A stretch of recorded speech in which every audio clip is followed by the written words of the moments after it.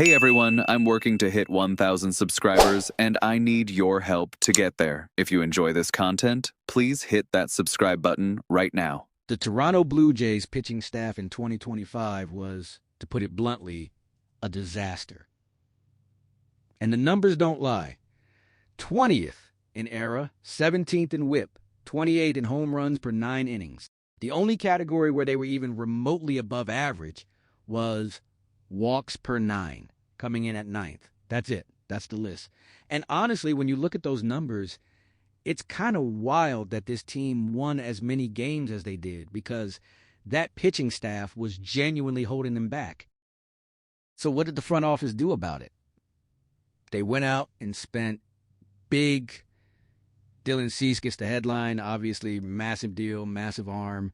But it wasn't just Cease. They brought back Shane Bieber. They added Cody Pon. They went and grabbed Tyler Rogers, the guy who has thrown more bullpen innings than anyone else in baseball over the last 2 years.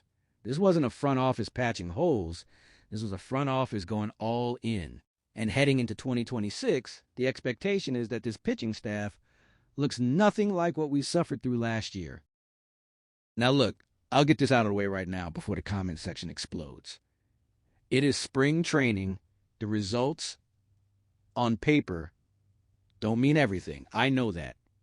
You know that. The troll already typing in all caps down below definitely knows that. But here's the thing. When your guys are executing, when the stuff is there, when the health is there, it still means something. It still tells you a story. And right now, the story coming out of camp is a really good one. Berrios has pitched the most innings on the staff so far, and he's sitting with a low 3 ERA. Everyone was ready to write this man off before a single pitch was thrown, and he's out here looking sharp. Cody Pon has given up 1 earned run. Gaussman and Scherzer have both been completely scoreless, and Dylan Cease in his second outing was absolutely cooking. 1.93 ERA across 4.2 innings in 2 starts. The guy looks like the ace this team paid for. But forget the ERA for a second, because what's actually exciting me is how they're getting these results. Max Scherzer's fastball was sitting 93 to 96 miles per hour in his first start. That's roughly 1.5 miles per hour harder than he was throwing last season. He came out after that outing and said his arm felt good, his thumb felt good, everything felt right. For a guy his age who's been dealing with injuries, that matters enormously. And then there's Berrios. Gene Schneider spoke about him after his last outing, and the key things he highlighted weren't just the velocity ticking up. It was how Berrios was moving down the mound, where he was locating his pitches, and specifically how good his breaking ball looked right now. If Berrios is actually healthy and locked in this year, that changes this rotation in a massive way. We've seen what he can do when everything is clicking. The potential has always been there. Cody Pon is another name worth paying attention to. The last time he was pitching in the big leagues consistently, his fastball was averaging 93 miles per hour. That was 2021. In his first spring outing this year, he was averaging closer to 96 and touching 97. That is not a small jump. That is a completely different pitcher from a pure stuff standpoint.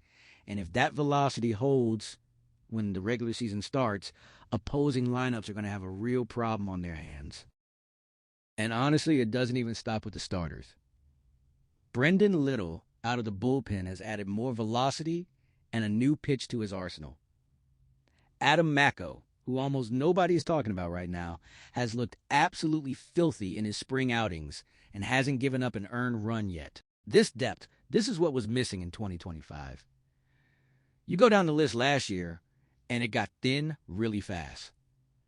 This year, it just keeps going. Look, nobody is handing out World Series rings in March. But when you watch this group right now, the health, the stuff, the mentality, all of it is pointing in the right direction. This is a completely different pitching unit than what we saw drag this team down last season. And if even a portion of what we're seeing carries over into the regular season, the Blue Jays are going to be a genuinely dangerous team in 2026. Drop your thoughts in the comments. I want to know if you're buying into this rotation or if you're still skeptical. Thanks for watching, and as always, go Jays.